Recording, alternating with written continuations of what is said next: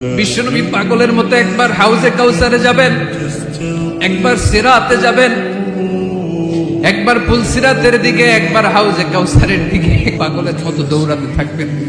তার কোন গুনাহগার উম্মত যাতে জাহান্নামে ঢুকে না যায়, সেদিন কেউ সুপারিশ করতে পারবে না বিশ্বনবী ছাড়া।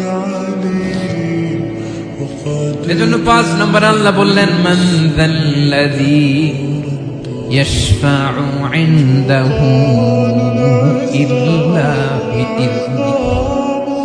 কার সাহস আছে, কার এত বড় বুকের পাটা কিয়ামতের কঠিন দিন আল্লাহর সামনে দাঁড়িয়ে সুপারিশ করবে? কার ক্ষমতা? কারো ক্ষমতা নাই। বিশ্বনবী সিজদায় পড়ে উম্মতের জন্য কাঁদবেন, সবাই কাঁদবে, নফসি নফসি, আল্লাহ আমারে বাঁচাও, আল্লাহ আমারে বাঁচাও। বিশ্বনবী বলবেন, উম্মতি উম্মতি। বিশ্বনবী আমার জন্য কাঁদবেন, আপনার জন্য।